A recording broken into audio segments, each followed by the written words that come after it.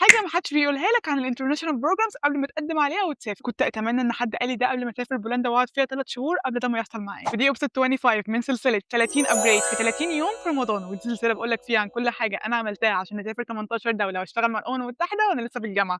فلو أول مرة تشوفني ما تنساش تعمل follow. لمّا كنت باستعد لأول program دولي ليّا في بولند كان كل حاجة بتتكلم عن الinterview، بتتكلم عن الapplication، بتتكلم عن الdocuments، وبتتكلم عن الفيزا، ومش هاكدب هم فعلًا كانوا صعبين أوي، خصوصًا إن أنا كنت باعمل كل حاجة لوحدي. بس في حاجة ما حدش اتكلم عنها خالص، ما حدش قال لي خالص إن التجربة هتبقى أصعب وأجمل مما كنت أتخيل.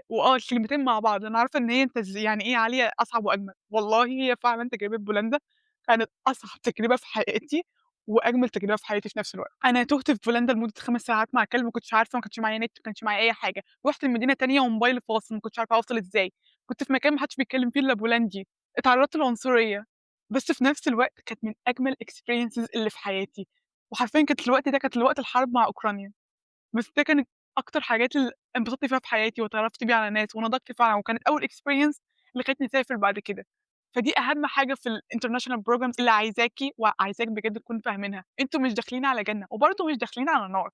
أهم حاجة أنا اكتسبتها في السفرية دي هي أنا، هي شخصيتي، هي شخصيتي اللي فهمتها أكتر، وفهمت أنا قادرة أعمل إيه.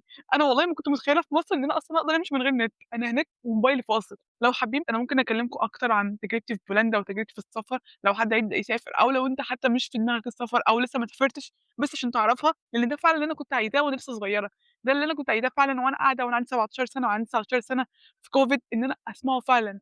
الفيزا مهمة وكل حاجة وهاكلمكم عنها. لو أنا فعلًا الculture shock اللي أنا خدتها جامدة أوي دي وأنا قاعدة في مدينة صغيرة اسمها جاشوب في بولند، لو حد بس كان قالها لي إن ده مش زي السفر السياحي، كان ممكن الحياة تبقى أفضل ساعتها. لو حابين بجد أنا ممكن أكلمكم أكتر على الexperience بتاعتي وعن السفر عشان لمّا إن شاء الله تبدأوا تسافروا تكونوا عارفينها. ولو عجبك المحتوى اللي أنا باقدمه ما تنساش تعمل follow وتتابع سلسلة رمضان. السلسلة دي أنا عاملاها ليكم عشان تستفادوا فعلًا.